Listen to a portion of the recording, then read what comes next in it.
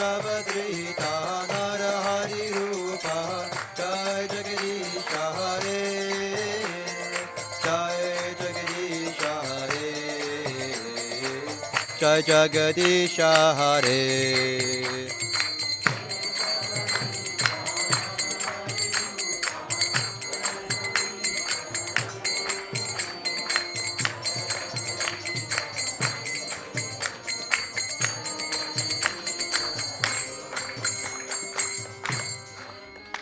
Narasimhadev Jaya, Narasimhadev Jaya, Narasimhadev Jaya, Narasimhadev.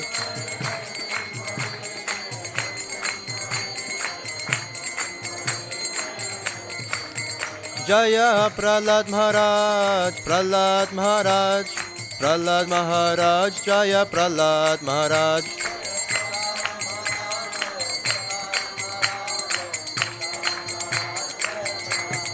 Jaya Jaya Prabhupada, Prabhupada, Jaya Jaya Prabhupada.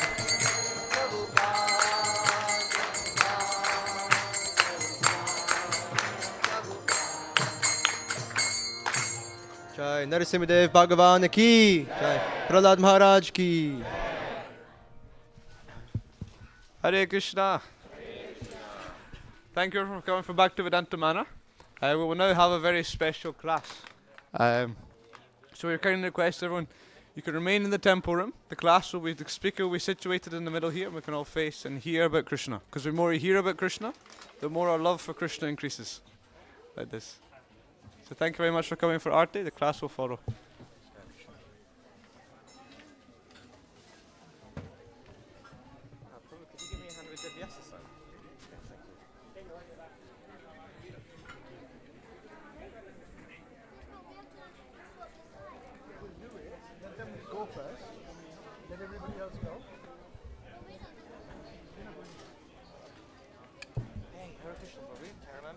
How you doing? How are you? Yeah, good. Good to see you. Thank you. I love it when you sing. I find it difficult to sing and play. That's why I stopped. I know.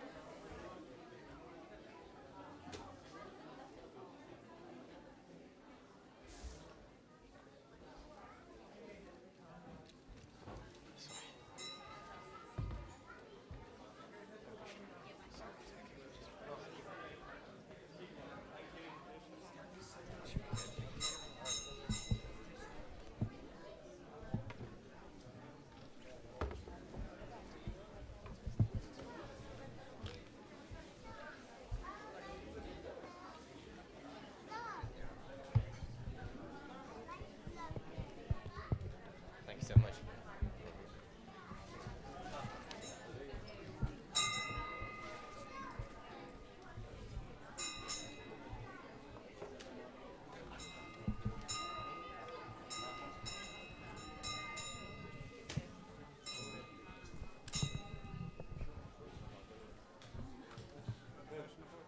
Sorry? Yeah, can do. It's I think it was up there before. It's text for NOI.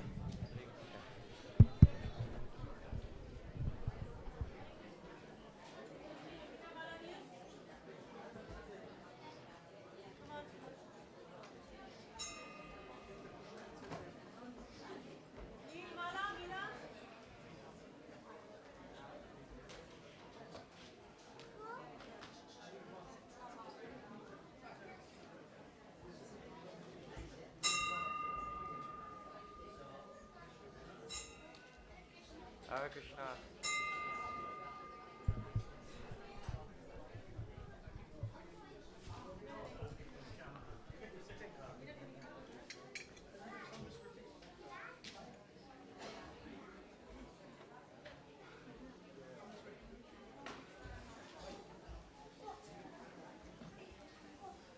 Perfect.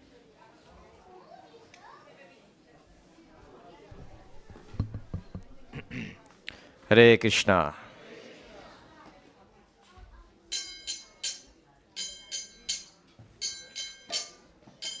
Jaya Radha Madhava Kunja Bihari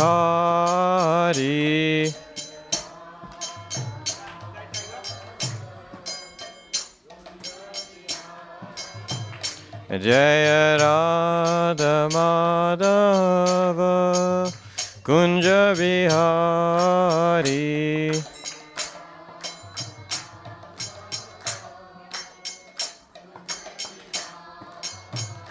Jaya Gopi Jana Vallabha Girivardhari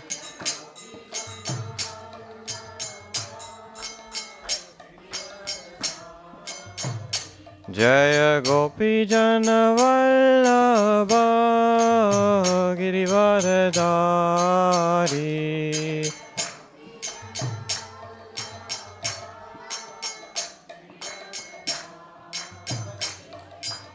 Yashodanandana Braja Jana Ranjana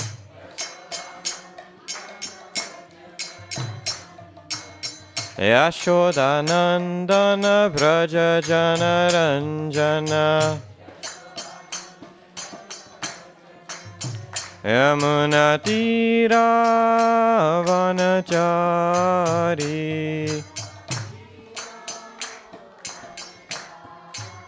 Yamuna Tira Vanachari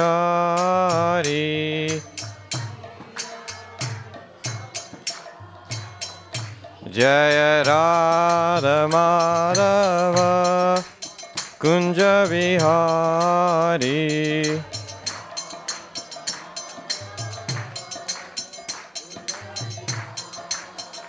Jaya Gopi Jana Vallabha Girivardhari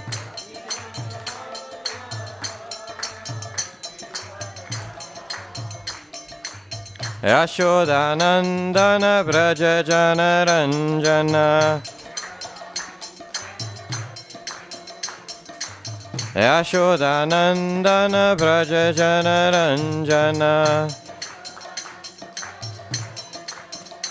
Yamuna Tira Vanachari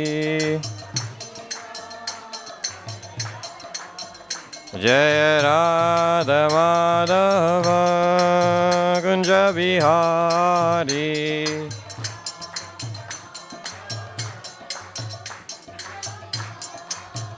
Hare Krishna Hare Krishna Krishna Krishna Hare Hare Hare Rama Hare Rama Rama Rama Hare Hare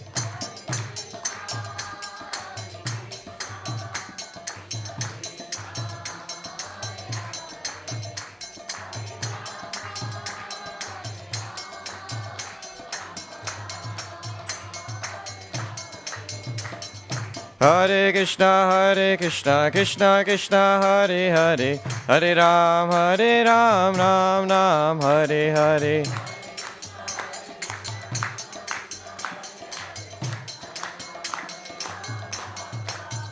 Hare Krishna, Krishna Krishna, Hare Hare, Hare Rama, Rama Rama, Hare Hare.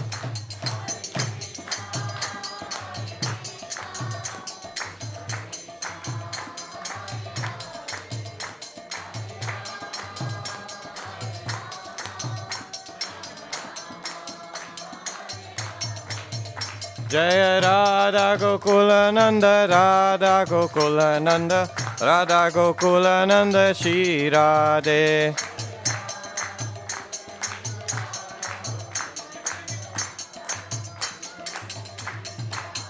Jaya Sita Ram Lakshman Hanuman, Jaya Sita Ram Lakshman Hanuman.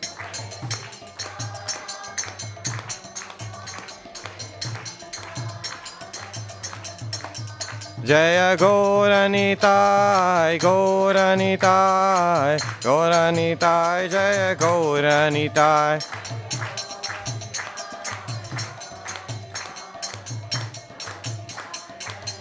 Jaya Jaya Prabhupada, Prabhupada, Prabhupada, Jaya Jaya Prabhupada.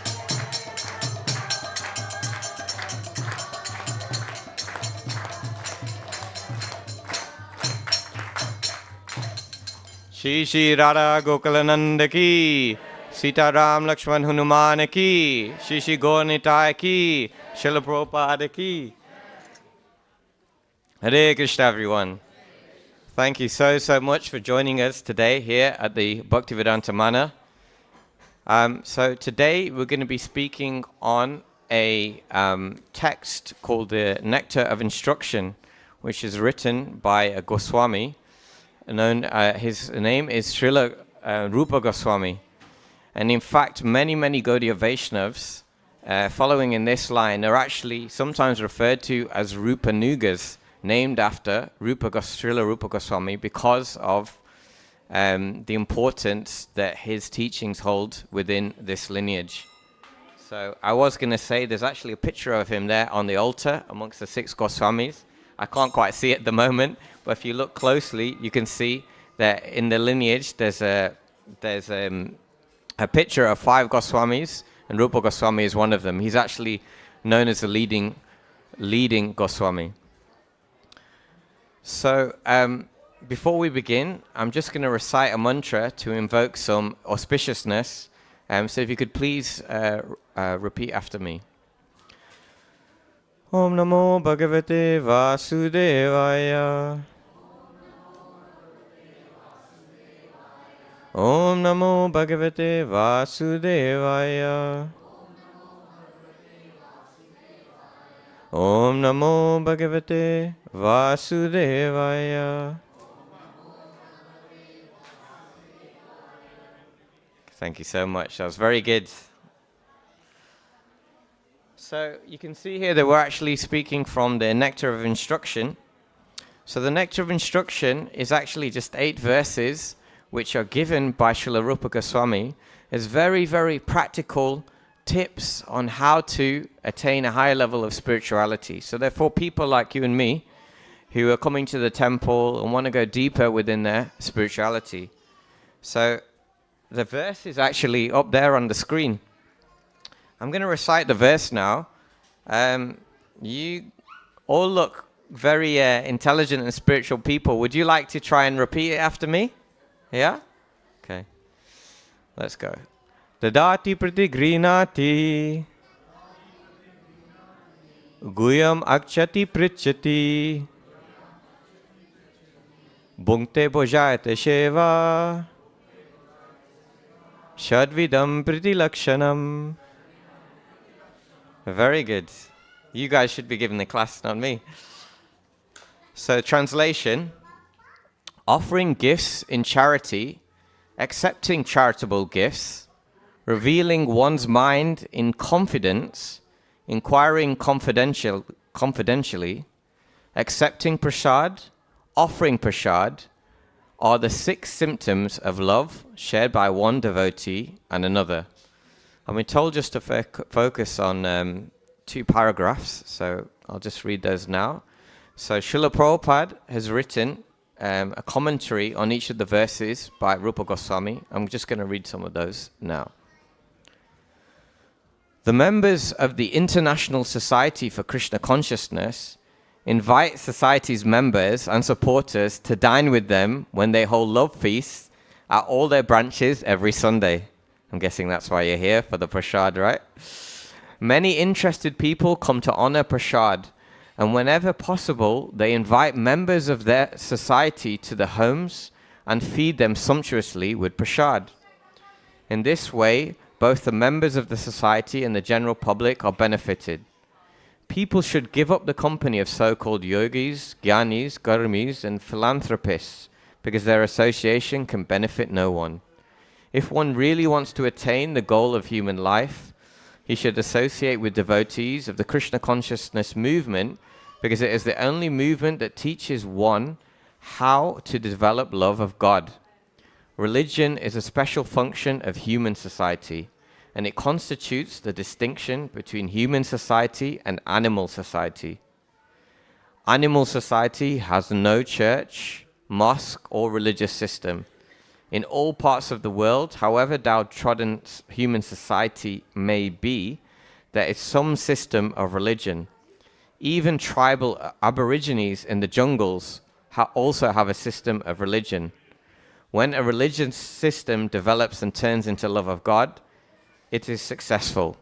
As stated in the first canto of Srimad Bhagavatam, Saive Pumsham Paro Dharmo, Yato Bhaktir Adokshire, Akuti Apri Hata, Yayatma Suprasiddhati. The supreme occupation, dharma, for all humanity is that by which men can attain to loving devotional service unto the transcendental Lord. Such devotional service must be unmotivated and uninterrupted in order to completely satisfy the self. If members of human society actually want peace of mind, tranquility, and friendly relations between men and between nations, they must follow the Krishna-conscious system of religion, by which they can develop their dormant love for Krishna, the Supreme Personality of Godhead. As soon as people do, their minds will immediately be filled with peace and tranquility. I'm just going to recite a short prayer to invoke the blessings. If you do know this prayer, please do join along. Om Jnanatirimandasya Gananjana Shalakaya Chakshiram Militam Yena Tasme Shri Guruve Namaha Shri Chaitanya Manobishtam Stapitam Yena Bhutale Swayam Rupa Kadamayam Dadati Swapanatikam Vandeham Shri Guru Shri Yuta Padakamalan Shri Garan Vaishnavamscha Shri Rupam Sagrajatam Sagana Raghunatam Vitam Tam Sajivam Sadvaitam Savadutam Parijana Saitam Krishna Chaitanya Devam Shri Radha Krishna Padan Sagana Lalita Shri Vishakan Svitamscha He Krishna Karuna Sindhu Dinabandhu Jagatpate Gopesha Gopika Kanta Radha Kanta Namostate Tapta Kanchana Gaurangi Radhe Vrindavaneshwari Rishabhanu Sute Devi Pranamami Hari Priya Vancha kalpatarubhascha kripa sindhuvevacha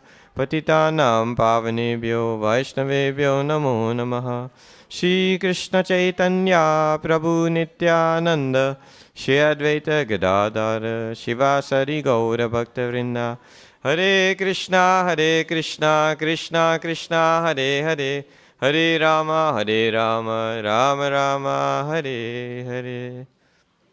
Hare Krishna. So thank you all once again for joining us today at the Bhaktivedanta Manor. Today we're discussing the Nectar of Instruction, text 4. And as I was reading this text, the very last sentence of the purport, Srila Prabhupada mentions that by practicing spirituality, this is one way we can finally achieve peace of mind and tranquility. Now, I don't know about you, but I definitely have a hard time achieving peace and tranquility of mind. Does anyone else agree? It's difficult, right? So many things to worry about. Probably even, where's everyone come from today? Anyone like to share? Anyone from Harrow? No? Wembley? Luton? Oh, wow. Okay. So, that's quite far. Oh, thank you for, about 20 minutes. So there's so many worries even on the way here, maybe traffic. On the way here I saw an accident on the other side of the motorway. I come from quite far. And again, our mind is constantly filled with different worrying thoughts, and it seems like we can never get respite. So this verse is referring to two particular points I want to focus on in order to help achieve a state of peace and tranquility. Is what do we consume? So within the verse, I'll just repeat the translation again. Offering gifts in charity, accepting charitable gifts, revealing one's mind in confidence, inquiring confidentially, accepting prasad, and offering prasad are the 6 symptoms of love shared by one devotee and another.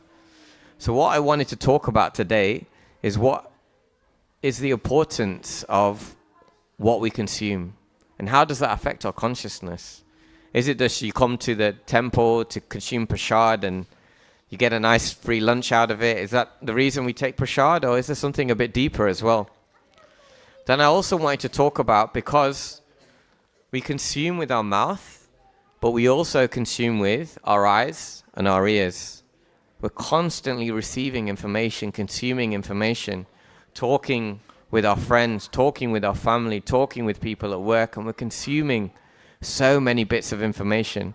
And in this way, our mind is also being affected.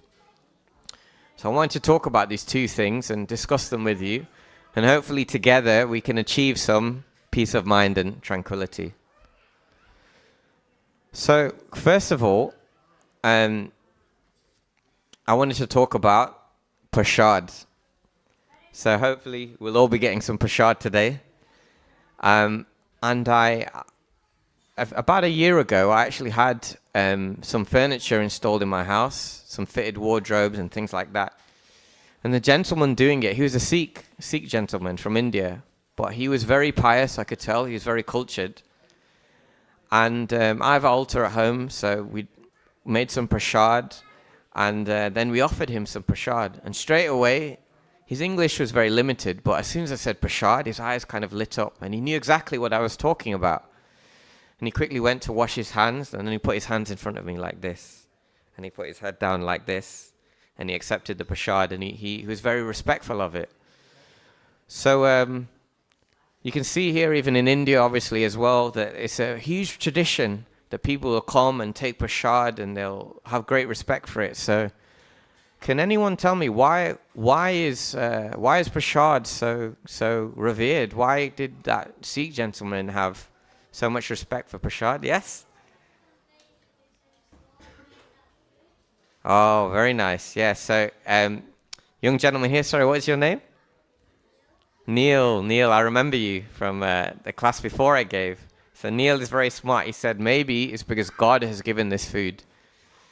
So actually, prasad is not just ordinary food. It's actually the remnants which has been offered to the Lord. And through this, it's actually, we get much spiritual benefit. In the 13th text of the 3rd chapter of the Bhagavad Gita, Krishna is actually telling Arjun, he's saying, the devotees of the Lord are released from all kinds of sins because they eat food which is offered first for sacrifice. Others who prepare food for their personal sense enjoyment verily eat sin. Basically what Krishna is saying here is that if you eat food just for yourself without first offering it, then you're eating sin, essentially. Whereas if you actually eat food which has been offered to the Lord first, and it becomes prasad, by this process you're actually removing a lot of your negative karma. So I'd like to refer to a great devotee who I'm sure many of you have heard of, and his name is Narad Muni. Have you heard of Narad Muni? So Narad Muni, as we know, is a great devotee, great sage, but he had a very humble beginnings to life. He lived with his mother, who was a maidservant, and they would serve Brahmins and sages that would come and visit. And with their permission, Narad Muni actually would take the remnants of these sages. So any remnants of food that they'd left, he would take them.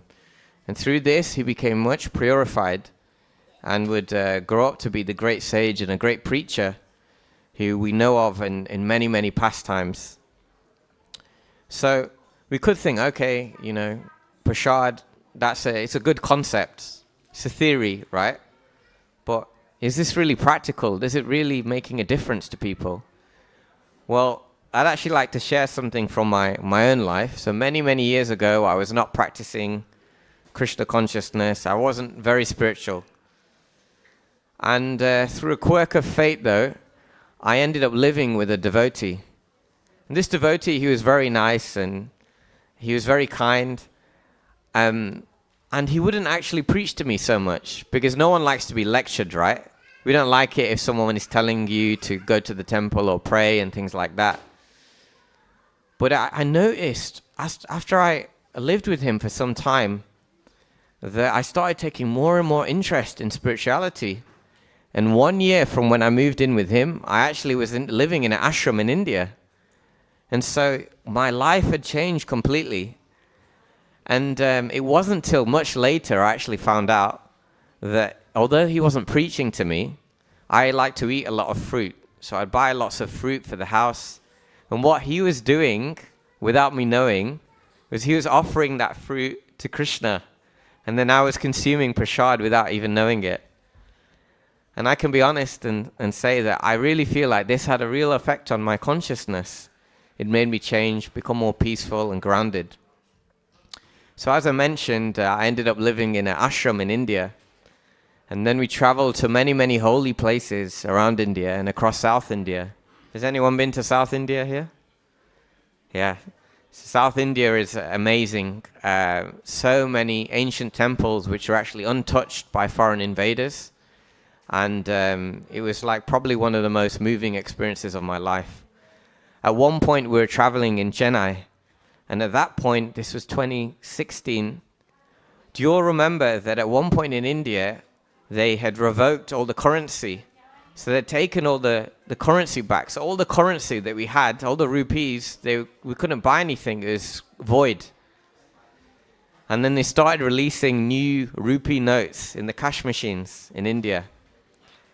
And so we'd queued up for a cash machine. And in India, if you've been to India, you know the cash machines, they're in like a room. So you enter a room and then you go to the cash machine and get the cash. And there was a huge queue now forming. We finally got to the front. And I thought, finally, I've got some money, because we had no Lakshmi to buy anything. We had no Lakshmi for prasad, for accommodation, for travel. So we're stranded. Finally, I put my card in and the Lakshmi comes. It's very, very slow in India. Very, very slow. So after some time it comes, and finally I get 2,000 rupees bus. And then 2,000 rupees, I needed much, much more than that to pay for accommodation, for travel across. We were traveling for about 15 days across South India. So this would not cover. So then I started doing it again. And then I did it one more time as well. And because it was taking so long, I could see that people outside were getting very, very angry. And then there were 2 other brahmacharis with me, and they also needed to get cash as well. So I stepped to the front of the door. And then one of the South Indian gentlemen, he comes up to me, and he said, "You're taking so long in the cash point. We're all waiting for cash here." He said, "Now you get out." And he grabbed my hand. He grabbed me. And he was going to pull me out of the cash point. And he grabbed my right hand. And at this point I was thinking, it's one thing to shout at me, but it's another thing to touch me and grab me. And he's being quite violent. And some people may know this, but many, many years ago, I was actually a boxer. And I was thinking, this guy, it would be so easy to just punch him right now, and he's grabbing me. But then something inside me told me, I think this guy's just angry because he probably eats too much meat. And at the same time, I remembered how I changed over the years through becoming more spiritual. I've been consuming prasad, and I felt calmer within myself. And then I also remembered that I was wearing a dhoti and tilak, and I didn't want to be getting in fights because I'm representing ISKCON. And then so I slowly talked to him, I apologized, and instead of a fist, I made a prayer. And he was still grabbing hold of my arm, and I prayed, and I asked for his forgiveness, and I said, "I'm really sorry. We have no Lakshmi for food, no Lakshmi for accommodation, no Lakshmi for travel, so we need to get some more out. I'm so sorry." And that was the best thing I could have done at that moment, because if I'd started to fight him, there was a mob of 30, 40 other people also waiting and angry with us. So the reason I'm telling you this is because prasadam is so powerful that it isn't just food that we're ingesting, it's changing our consciousness. And I can honestly tell you that if that had been me in that situation a few years earlier, I definitely would have fought with that guy. So I may be sitting here to you, in front of you all today, speaking about the Bhagavad Gita, but I can honestly say I'm no better than any of you. I've just been so blessed to have been in the association with the devotees, to have come to the temple, to consume prasad, and it's changed my life completely. It's made me a much more calmer and happier person. So a couple of verses I'd like to refer to from the Bhagavad Gita. In the 17th chapter, Krishna is saying to Arjuna,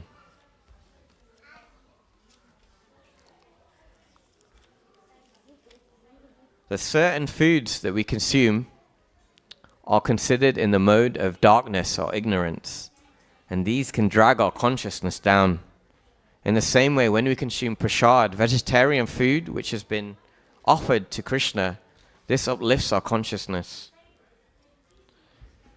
So this is very subtle but powerful. You know, you can offer prasadam at home. You don't necessarily have to come to the temple. You can get a picture of Krishna, a small bell, and before you make your meal, you can have a separate plate for Krishna, and you can offer this to Krishna first, and then add the remnants back into the whole meal that you've prepared. And in this way, you will see a difference in your consciousness. And before devotees they consume prasad, they recite a prayer, Ma Prasade Govinde. And with this prayer, they're actually thanking Krishna that you provided this medium of prasad by which we can eradicate our sins. So this is one way you can reduce your karma, by consuming prasad. And you can do this at home as well. You don't just need to come to the temple. And what this will do is, slowly, because you're first doing it with a mentality that I want to give this food to God, not for myself, your senses will become more controlled. I remember when I was very, very young, I used to like chocolate. Do you guys like chocolate? Yeah? Yeah, I used to like chocolate a lot. And I remember one time when I was young, about your age, and I ate chocolate, and then I really liked it, and taste, the sweet flavor in your mouth. So I ate some more and more until I felt quite sick. Sometimes, if you eat too much chocolate, you feel sick, right? But the problem is that even though the stomach is full, the tongue is never satisfied. It always wants more and more and more and more. However, through this science of offering prasad first, the tongue becomes purified, because we're not doing it to satisfy ourselves. We're thinking, can we do something for the satisfaction of God? Because this is one way actually we can achieve peace of mind and tranquility, is by consuming prasad. And I'm not just telling you the theory. This has really happened to me, and I can honestly say I'm a much more calmer and peaceful person than I was before. The second thing I'd like to talk about today, before we can open up for some discussion, is, I said we consume through the mouth, but we also consume through our ears and eyes. So there's so many troubles going on in the world. We watch the news. You watch the news daily. You can see so many different conflicts are happening around the world. A new politician comes in, old politician leaves, new policies, old policies. And then we also have gossip amongst, family members and friends, keeping up with the Joneses. We're always trying to compete with maybe other people. And I remember when I was growing up in the north of England, and I would notice that certain people within the community, they would become happy when others were suffering. And if someone was doing well in their life, they would become jealous. And actually, for a long time, I didn't understand this, but then I realized this is actually the nature of the mind. That if we engage in gossip, this is how our mind will become. We will become jealous of other people when they achieve success, and we will take pleasure when we see other people suffering. There is a way, a spiritual method by which we can combat this. So I'd like to refer to you a pastime from the Srimad Bhagavatam of a great devotee, one of the Pandavas, and his name was Parikshit Maharaj. So he came in the line of the Pandavas.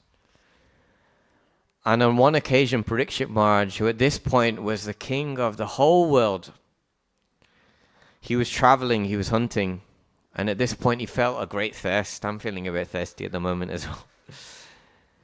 And so he stopped at a hermitage of a great sage. This sage was called Shonika Rishi. So Shonika Rishi was there in a deep meditation. And because he was in such a deep meditation, he didn't notice the great Parikshit Maharaj entering his hermitage. So Parikshit Maharaj, he took great offense that he wasn't welcomed as a king by Shonika Rishi.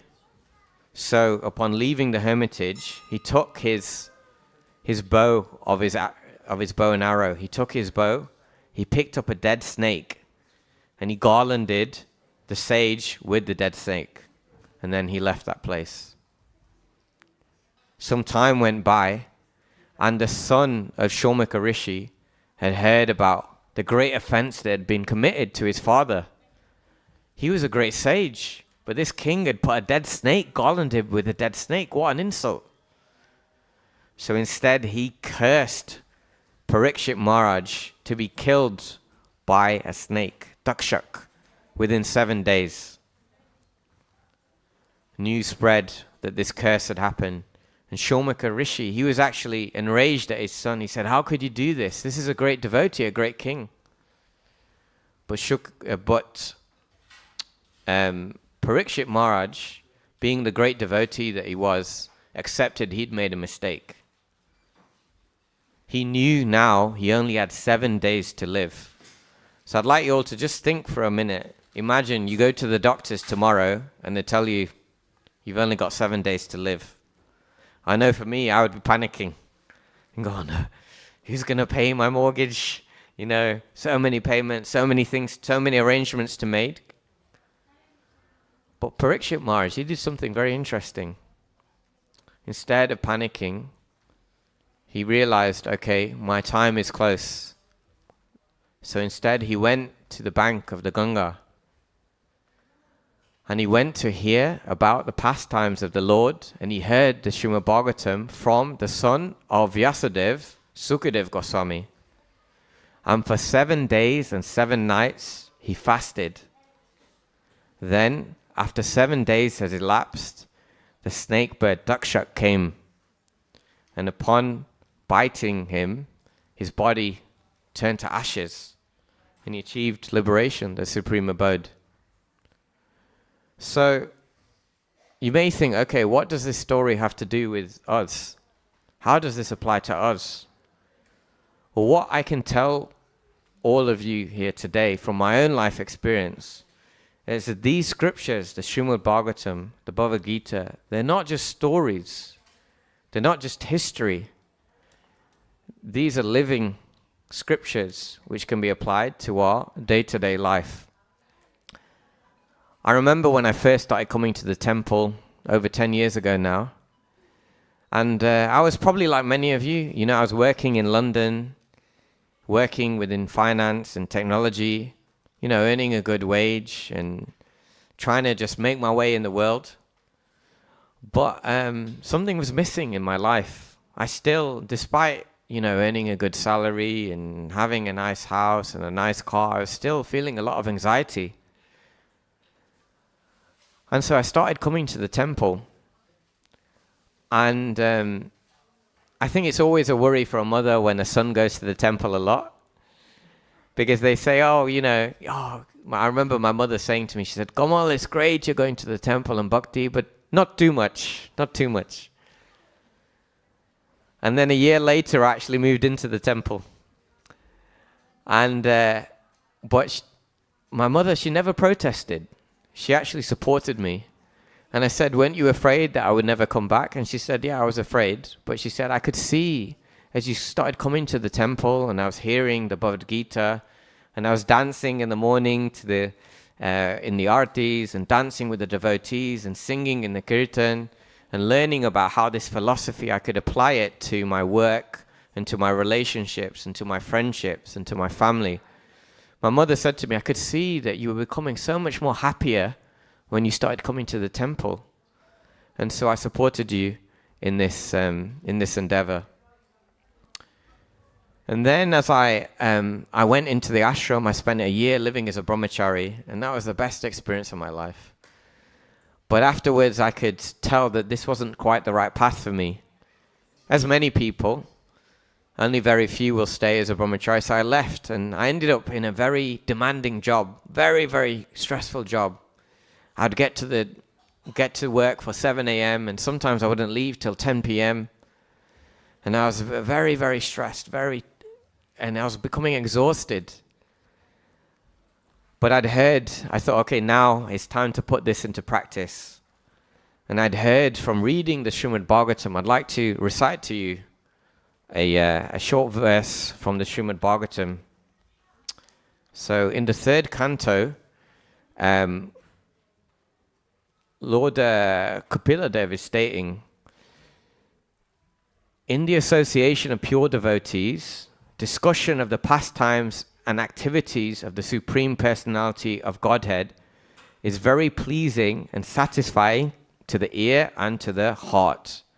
By cultivating such knowledge, one gradually becomes advanced on the path of liberation, and thereafter he is freed and his attraction becomes fixed.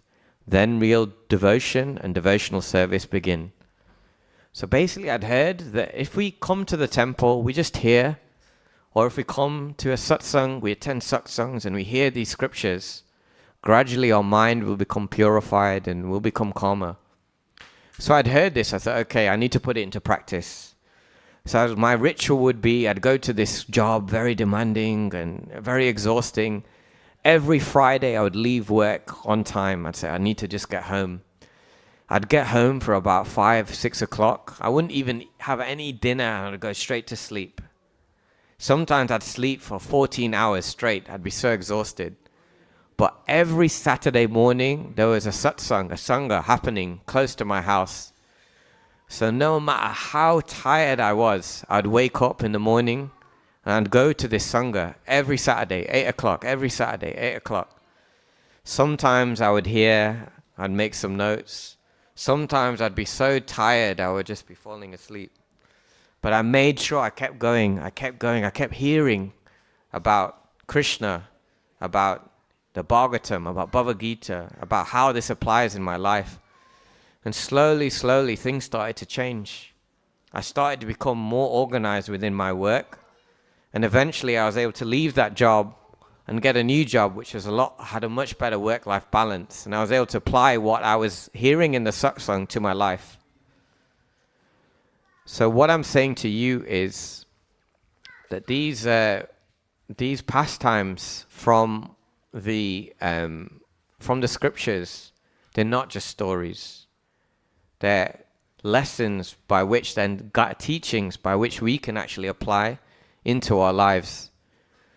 Earlier in the Bhagavad Gita, in the second chapter, Krishna says, Matra sparsastu kontiyo sitnosta sukadukada. What Krishna is saying here is that just as the seasons pass, same happiness and distress will come and go within our life. And we have to learn to tolerate these. And we can do this by hearing these scriptures in a submissive and humble way. You know, when I first started coming to the temple, confession, I used to always try and catch the speaker out. I wasn't so humble. I was actually trying to prove them wrong and find some fault within what they were saying. But over time, I learned that the way to actually learn is to ask in a submissive and humble way. There's a great Swami within ISKCON. His name is Bhaktivedanta Manor. And one time he was giving class. So he was giving class in London. And he was talking about Hanuman. So I don't know about all of you, but I'm a big fan of Hanuman. I think he's a great personality. So many amazing pastimes. And he was talking about how Hanuman jumped to Lanka. And one speaker one person in the audience, he was becoming agitated. And after some time, he stood up and he challenged Maharaj, and he said, "This you don't believe this. This is just mythology. This is just make believe. You don't believe this. This is fairy stories." And he was very, very angry. So what did Maharaj say to him? He said, "Just because you can't do it doesn't mean Hanuman can't do it." So then the speaker, the audience member, he became very, very touched, and he said, "No." He said, "How do you know I can't do it? Maybe I could do it." So then Maharaj said to him, "Well, if you can do it, then Hanuman can also do it, no?" So like this, we can learn from these great personalities, from these pastimes, if we not be in a challenging spirit, but with a humble state of mind. And I'll leave you with one final thought. It is said that a deeply spiritual person, they're very deep. You've heard of this? A spiritual person is very deep. So just like an ocean is very turbulent, the waves are crashing. But when you're very deep in the ocean, you're unaffected by the waves, the happiness, the distress, the losses that we face in life. Sometimes we face a loss of job. Sometimes we face a loss of health. Sometimes we face a loss of loved one. Sometimes we face a loss of relationships. And like this, life is always changing up and down, up and down. But just like if you're at the depths of the ocean, you don't suffer from the waves and the turbulence. In the same way, if we can go deeper within ourselves by consuming prasad, by hearing from the scriptures, and by discussing about spiritual concepts, then we won't be so affected by the waves of life, and we can achieve some peace and tranquility of mind. It's said that small minds discuss people, better minds discuss events, and great minds discuss concepts. So I'm so grateful for all of you today for discussing these concepts, these spiritual concepts with me. So in conclusion, we just discussed essentially this verse from the Nectar of Instruction, and how Srila Prabhupada was saying we can achieve peace and tranquility through consuming prasad.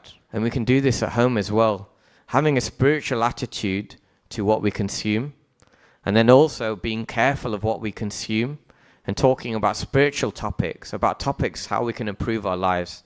And in this way, we can achieve some peace of mind and tranquility. So I'd like to thank you all so much for listening today. We have a few minutes if you have any comments, any corrections, or any questions.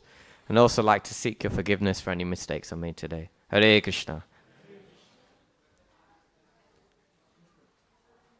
Neil? Yeah?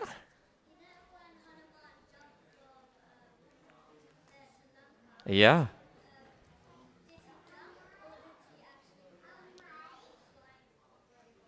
Oh, very good question. So Neil is asking a good question about Hanuman.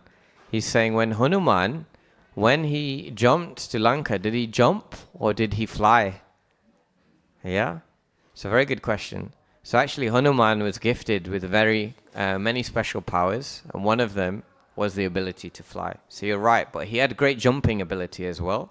So he could jump and also fly. But yeah, so he kind of jumped into the air and then he flew. Yeah. And just like this, if we read about Hanuman and read the scriptures and regularly keep coming to the temple, then we can fly as well. We can fly in life as well.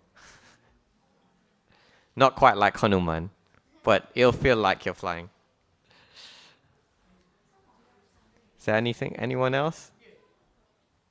Hare Krishna, yeah?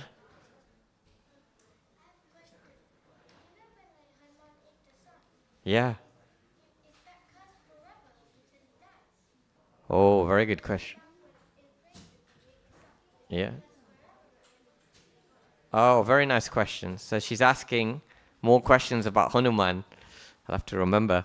So Hanuman, if you can recall, if those of you know, is that he attacked the sun.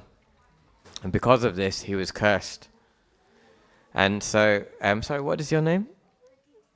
Aditi. Oh, very nice name. So Aditi is asking, does this curse last for life? Is it till he passes? Will he be cursed? So actually, I would like to say something on curses in general here. Is that when you're cursed by a great sage, or by a Brahmin, or by a devotee, that curse actually turns out to be a blessing also. So yes, this curse would last for it. If you remember about Hanuman, he was cursed to forget that he was so powerful. But this curse was eventually lifted. Can you remember? Once he chanted the names of Lord Ram, right? As soon as he remembered Ram, the curse was lifted. In the same way, sometimes, we feel like we're kind of cursed in some ways in life. Some bad things fall upon us. Even with myself, I've had some difficulties recently. Health problems are there. Family issues are there. And even had some loved ones pass away as well.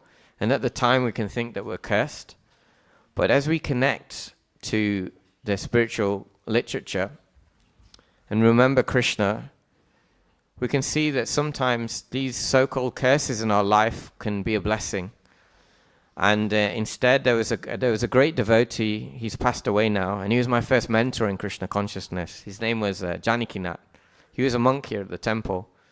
He was the same age as me, so very young, very young.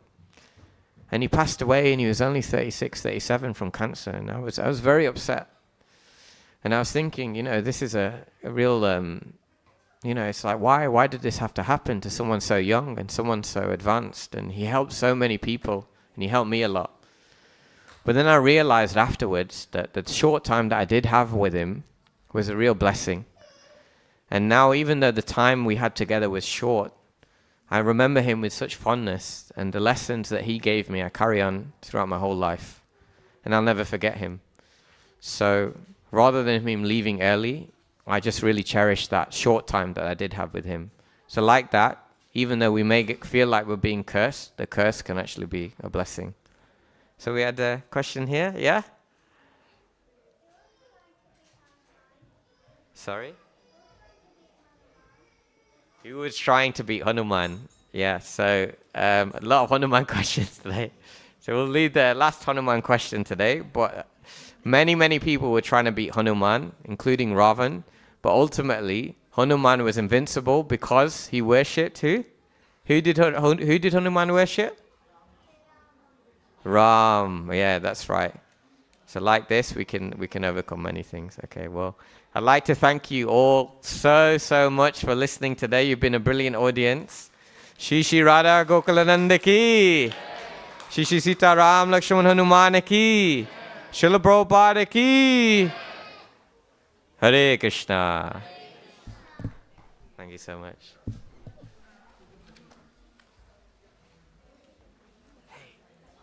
Hare Krishna. Second, Sisi. Hare Krishna, Maji. Very good speech. Oh, thank you so much. Thank you so much. Hare Krishna. We really started to listen and we stand here. Oh, thank you so much. Hare Krishna. Thank you so much. Influential speaker. Oh, you're very kind, very kind. It's only because you're a good audience, that's why. Blessed you very much. Oh, Yeah, that's thank very you. good step. Could have So listened to kind. it today. Oh, very. Thank you so much. Hare Krishna. Yeah. Yeah.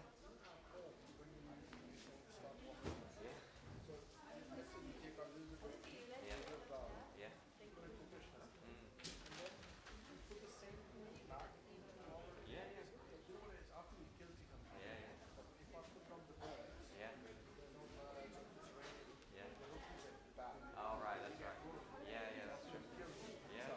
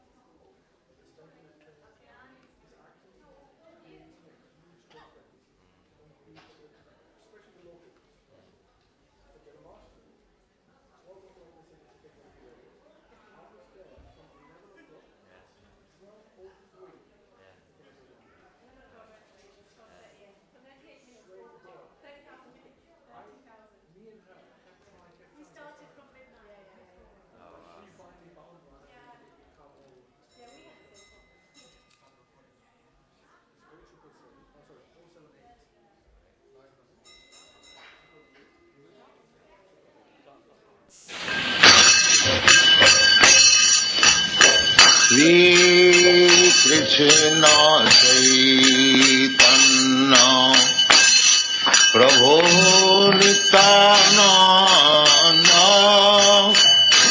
Shri Advaita Gadadhar Shivasadi Gaur Bhakta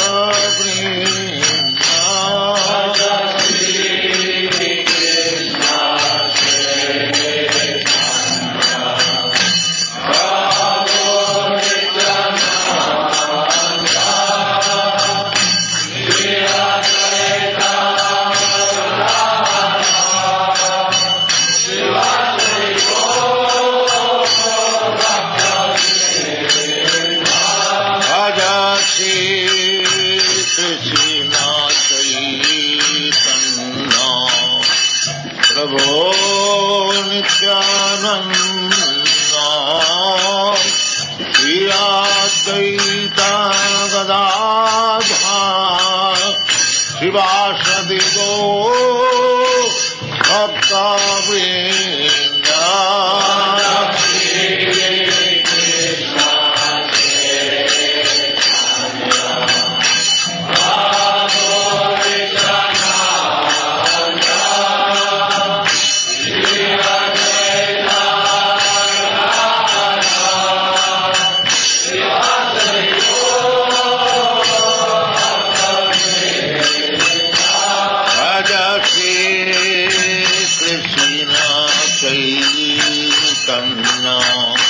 Prabhu Nityananda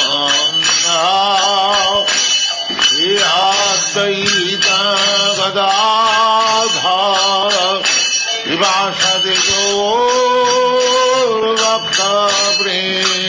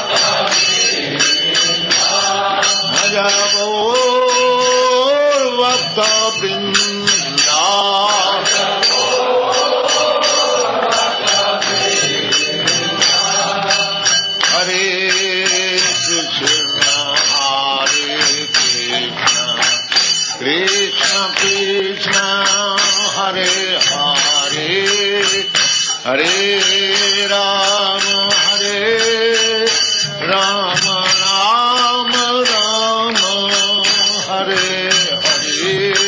Hare Krishna, Krishna Krishna, Hare Hare, Hare Rama, Rama Rama,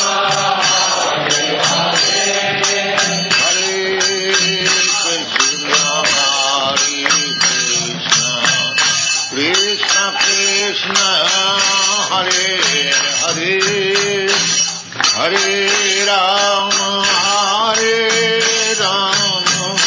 Rama